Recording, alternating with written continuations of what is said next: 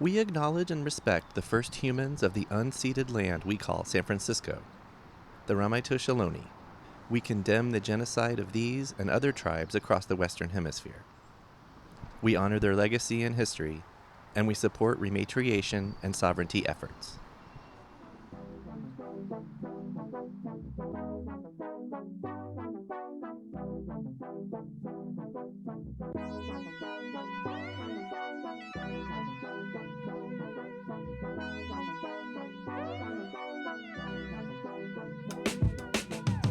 Hello and welcome to Storied San Francisco.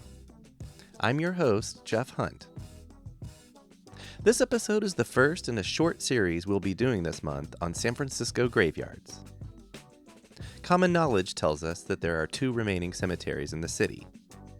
The one at Mission Dolores and the National Cemetery located in the Presidio. Many of us know that, just south of San Francisco, the necropolis of Colma, California, contains the moved graves of thousands originally buried in the city. But there's really so much more to the story. In this episode, we'll meet Courtney Minick. She'll serve as our guide through San Francisco's cemetery history on this and the next 3 episodes. Here's Courtney.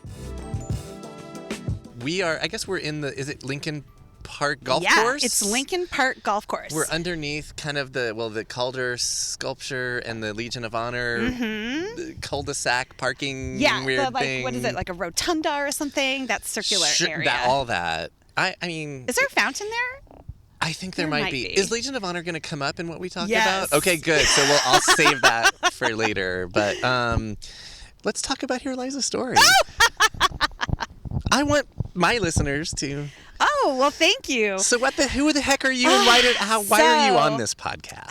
So I run a site called Here Lies a Story, and it is about stories in San Francisco and hidden stories. And it's a lot about, I am very interested in ghost stories and folklore and kind of urban legends and things like that. And I'm interested in what they tell us about ourselves, about right? us now. So what do they tell us about us now, right? I love ghost stories. Like, just as a rule, I always have loved them. I love creepy things. I love all that. But really, like, in the writing, what I'm trying to figure out is, like, why are we telling these stories? Why do these stories stick around? Why are do they we relevant? still talk about them? I write about, sometimes I say I write about what lies beneath. Could be this graveyard, right? Or it could be the real story of a ghost story or a place. And so, that's what I'm doing. It's herelisastory.com. And then I'm on Instagram you have to just look it up on Instagram. It's got a bunch of underscores in it. It's right. I'm not going to say it. Just Google it. Okay. You'll find it. You will find it. And listeners of this podcast, you'll be tagged. Okay, so they can perfect. find you a little Thank easier. You. But, yeah. And the cemeteries, that is a big part of the focus. story. Big part of the focus, yeah. Yeah. And how did you I want to hear a little bit about you. Like, how did you get into this? I was an English major in college, okay? Like, I love to read, I love to write, but I did, like, more, I went, I didn't think I could make it as a writer out of college, right? Just like everybody else. I had to pay my student loans and all that. So I worked a bunch of corporate jobs. I went to law school. I was a lawyer. Okay. I worked in politics. I worked in communications. And when that last job ended, I was like, I think I want to try being creative. Like, I want to give myself a little bit of time, and I have these ideas, and there's got to be an audience for ghosts, right? Somebody's, I don't see anybody else doing this. 100%. So I decided to take some time and try to see what I could create. Yeah. And that's what I'm doing. And is it bringing you the joy you wanted it to bring? It is. I Awesome. love it. I have to say, I really do love it. And it's so funny I'm obviously not making any money doing this right now, right? This is like kind of a thing I get to do because my husband has a job out that pays him money. And not a job where he sits in front of a computer and writes ghost stories and doesn't get paid for it. Right. But I feel like I work harder at this than anything else, right? Because my heart is 100% in it. And so it's been great. I love it. I can't imagine doing anything else right now. Now Courtney will begin our tour. Get ready. It's a wild ride through history that is befitting of our city. I mean, let's pretend we're doing like a Google Earth and we're going up. Okay. And you're looking at this artificial thing that we call San Francisco. There's graveyards here. Yeah. Still. There are still graveyards here. And there have been for a long time. Yeah. A lot of folks might be familiar with Colma, where the place where there's more dead people than living people. It's a necropolis. A necropolis, exactly. And through that might learn, there actually used to be a lot of cemeteries in San Francisco. Can you tell us? I mean, go back as far as you can. I mean, there's definitely a through line, even with Mission Dolores and the Presidio, in that there never has really been enough space in this town to use for graves, right? You know, everything, I mean, this town grew so fast, right? Starting Gold Rush, all that. I mean, we're talking about, like contact colonial Gold Rush times. From then on, right. It just grew so fast that each time they built a cemetery, the town encroached on it and they had to push it out further. And so, if you're looking at the Google map of where we are now, we are in the northwest corner of San Francisco. We're like kitty corner to the Golden Gate. And the ocean is there. We're as far out really as you can get, right? And we're on we're on a golf course, but we're on underneath that, this wasn't artificial land. This is all the stuff that was here before humans. Yeah, I mean, I assume it was dunes, probably. Probably right? dune. It has that feel. And it's up high. Yes. So we're on a bluff, yes. kind of. And so this was, when this cemetery was built here in 1868, this was, as far away from where they ever thought they would be as possible, right? Very corner of the city. And of course, now we know. We've used every corner that we can. This is still open space, right? It's a golf course. But I think that's the real story of San Francisco cemeteries, right? And it's not like the more modern analog is, and I'm not going to get into it, but the whole housing. Oh. How do we do? And it's this is a tiny swath of land that not always the best decisions of how we use it have been executed. Sure. And a lot of the pressure to move a lot of the cemeteries was from property developers and even from neighbors, right? Once we started, the cemeteries were here and housing started sprouting up around them. Nobody wanted to live next to cemeteries, right? And there was a demand for that land, right? We want to put a Target in and some apartment buildings and stuff. We can't. I wonder if people would rather live next to a cemetery or next to a jail. There's that or prison. That's the whole thing. And the joke about living next to a prison is if someone gets out, they're going to get the fuck away. Yeah, they're not staying there. They're not coming over. This isn't Cape Fear. No, another one is airports is another one. Yeah. People just don't want to be bothered. I guess that's NIMBYism, right? Yeah. I mean, sure. And here, when you get into the history of the cemeteries and what they were like, by the time they moved them, they were in pretty bad disrepair. They were pretty gross, right? Okay. You didn't want to be living next to them, right? So it wasn't a one-time, let's move all the cemeteries. It was a process. Yeah, it was a process. The first official municipal cemetery was in Civic Center. Oh, that was called Yerba Buena Cemetery. Right. And it was underneath what is now the Asian Art Museum and the Public Library. Right. Yeah. That whole that whole thing? It's like a triangular little piece of land in where between both Larkin now. And Market and Yeah. Yeah, it's right where those two buildings are now. And that goes back to sort of the time of the founding of modern day San Gold Francisco. Rush. Okay. Yeah, and that land, of course, at that time, Gold Rush era, shortly thereafter, 1860s, that was still pretty far from civilization in San Francisco, right? Right. That Everything was down to the port. Right, to the port. Or near the port. Yeah. And so Soma was all infill, marsh, whatever. And as the city moved west, right, and they needed that land, they had to move Yerba Buena Cemetery. Okay. And do you know when that? Yeah, I don't know off the top of my head. I think it was late 1860s. It wasn't long, right? It was quick, but there was still, I think there was still close to like 8,000 bodies under there. Oh. Yeah, there were a lot of people buried there. I mean, this was not a hospitable place. Right. There was a lot of death in San Francisco in the early days, right? Especially for women. Yes. Not good. But just disease, poverty, the whole 9 yards. So a lot of those people were actually moved to where we are now, where we are sitting, the site of City Cemetery. City Cemetery. And that was roughly 15, 20 years into San Francisco. Like late 1860s, early 1870s is when they decided, okay, we need this land here at Civic Center. Yeah. Yerba Buena Cemetery. We're going to move it out. Do you know anything about... So this is a long time ago.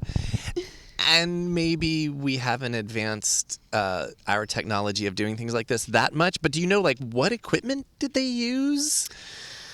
I mean, I have to assume a horse-drawn something or other, and a shovel, right? And a horse-drawn something or other. I mean, I have to imagine that to get them. I don't think there was a rail line at that time. They probably were putting them in. That's a good question. Yeah. I know they raised a bond. I know that they knew it was going to cost money, so they raised a bond to move the bulk of the burials up to here. So they didn't get them all. That'll come in This later. is another through line in my work, right? Yeah. A lot of the city is still a graveyard. So they didn't get them all, but they did. It was expensive to move them for the time up here, so they had to raise a bond.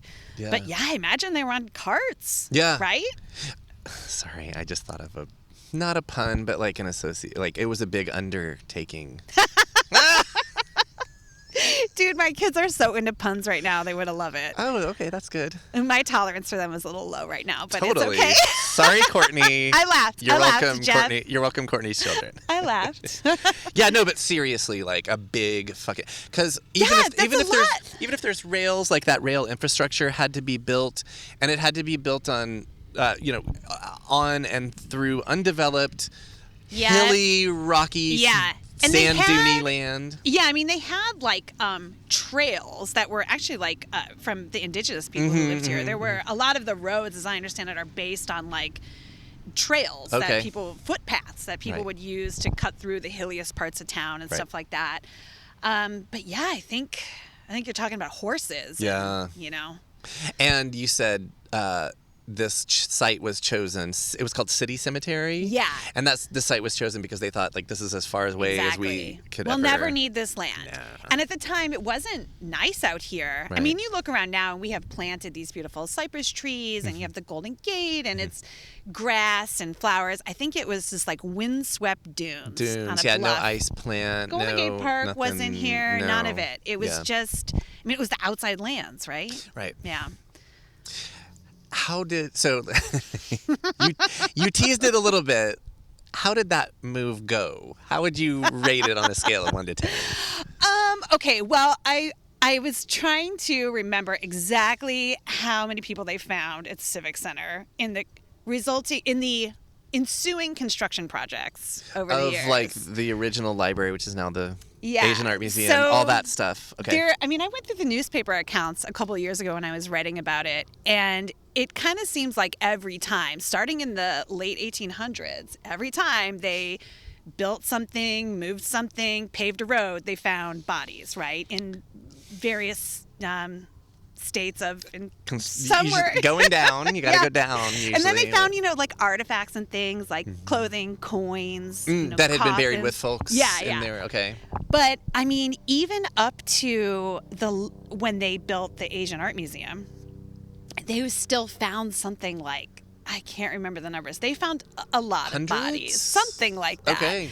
I want to say 90. Okay. We'll have to fact check me on No, this later. no, that's okay. But they found a significant number of remains, and that was in like 2001. Okay. So that's after the library had been constructed, the new city hall had all those things. So they're constantly finding remains. Yeah. So I would have to say that they didn't do a fantastic job, right? It's the city, right? So well, and if you're the family of these people, one is a lot to miss.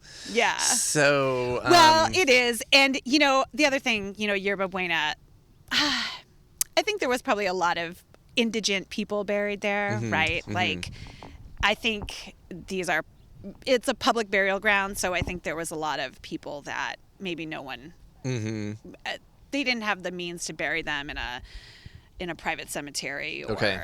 I don't know exactly what was around at that time besides Yerba Buena. But right. Okay, so then by the time you said late 1860s, early 1870s, and so this gets established. Yes. And its use at the time was specifically, it was a graveyard. Yes, it was a cemetery. And sorry. it was about half, for most of its life as a cemetery or graveyard, it was about half indigent public burials. Okay. Like the Potter's Field, what we used to call a Potter's Field, which is where the city will bury people if they can't afford a burial on their own. And half private burials. Okay. And there were a lot of associations that were burying folks out here. So there were a lot of ethnic associations. So like we were earlier at the Kong Chau funerary, I'm going to call that like an arch temple? Or something. I don't know if it's a temple. Okay. I've seen it called a temple. I've seen it called a funerary arch. I don't know. It's a structure, right, that was there to memorialize the Chinese burial ground there. And so across from us, we're looking at what did we say this is called? The Ladies Seamen's Friends Society? Association, something like that. Yeah. For sailors, okay? Right. So they were burying probably sailors who, it was a benevolent association. So they're paying for burials for sailors and their families who can't afford it. So there were those kind of associations. All within city cemetery. Yeah. Okay. So I think they had like lots that they would bury in. There were Japanese associations. I saw Slavic, Greek. There was a African American Oddfellows plot here. Any religious? I you're aware of? believe that there was a Jewish cemetery here as well. Okay. It was kind of set off. This is back in the turn of the century, right? Or late 1800s. If you were Jewish, you had to be buried in a Jewish cemetery because they wouldn't take you anywhere else, right? It's the same with a lot of the ethnicities, probably, and certainly with Black folks and Asian folks. So a lot of those people ended up being buried out here too. Okay. Then what happened? So this cemetery was not open for that long. It was only open for, I want to say, about 20 years. So I want to say late 1880s, they decided to stop burying people out here. Okay. Right? No new ones were closed. No new ones were closed. We're full, probably. It's probably part of it, right? Yeah.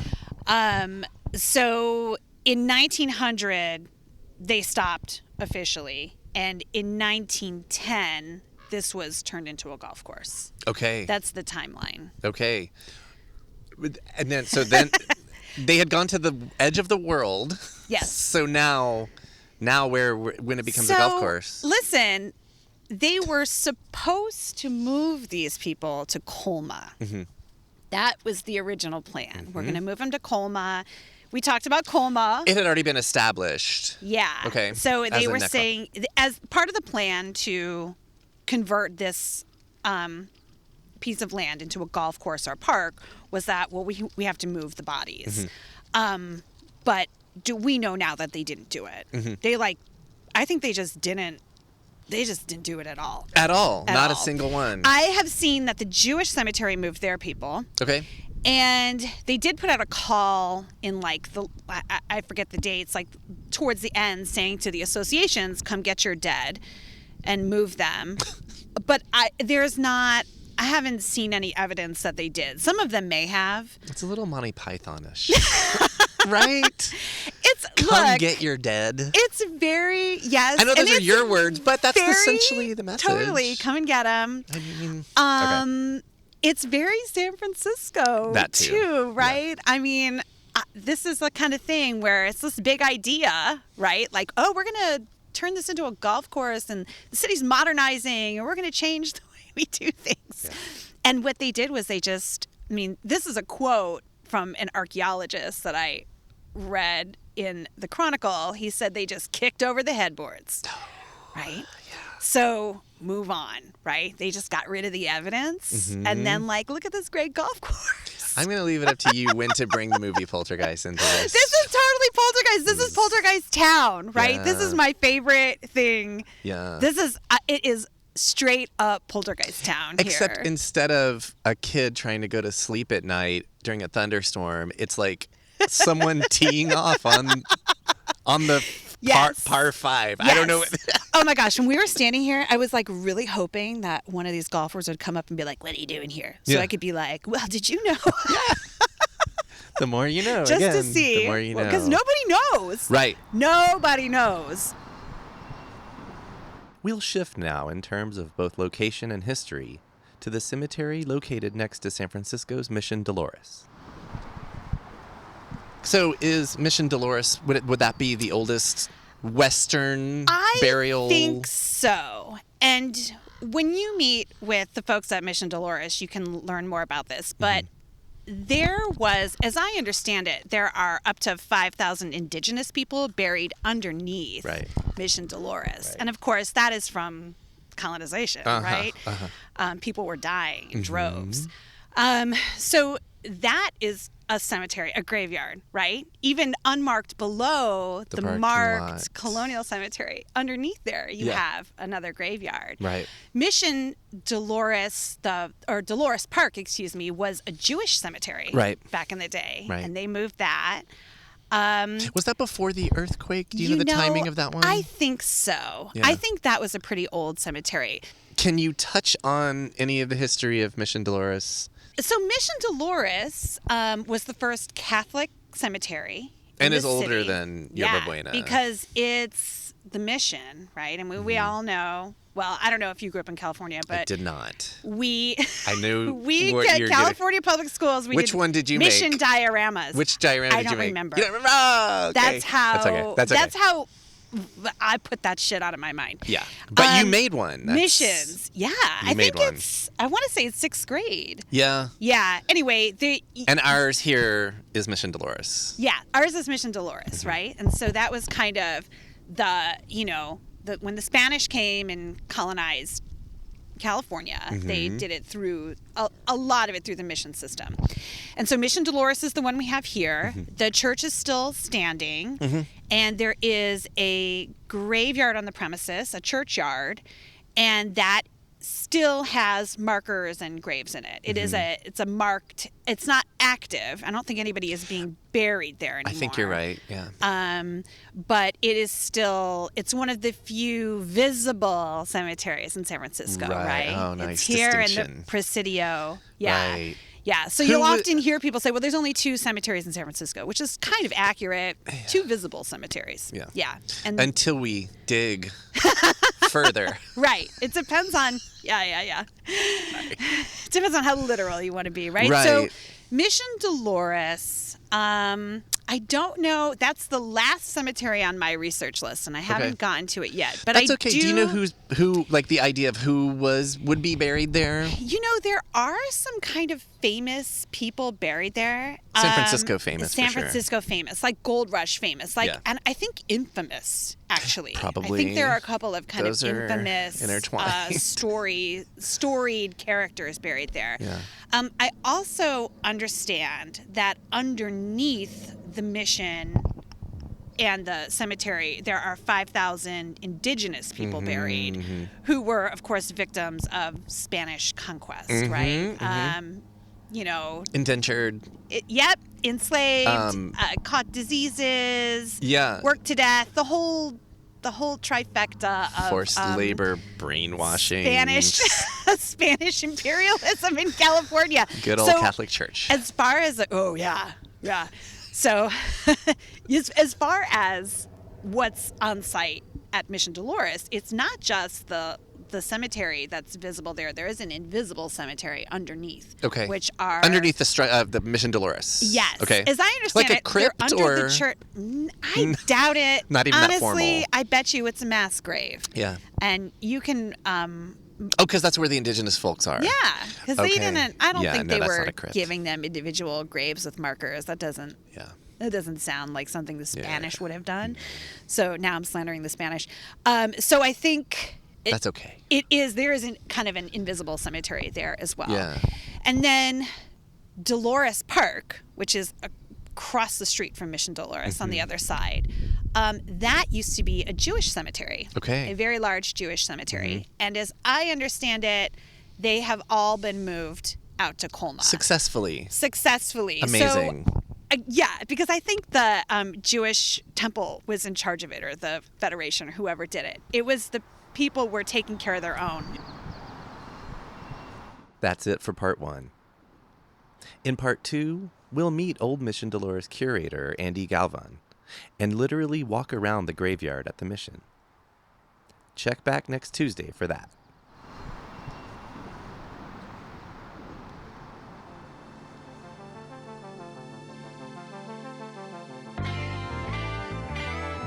Music for Storied San Francisco was produced, performed, and curated by Otis McDonald. Michelle Kilfeather does original photography for us. Aaron Lim of Bitch Talk Podcast is our contributing producer. And the show is produced and hosted by me, Jeff Hunt. Now in our 5th season, we have more than 190 episodes available on our website, storiedsf.com, or wherever you listen to podcasts. If you're able to, please rate and review the show. And drop us a line at storiedsf@gmail.com. Thanks for listening. Stay strong, weird, and healthy. And we'll see you next time on Storied San Francisco.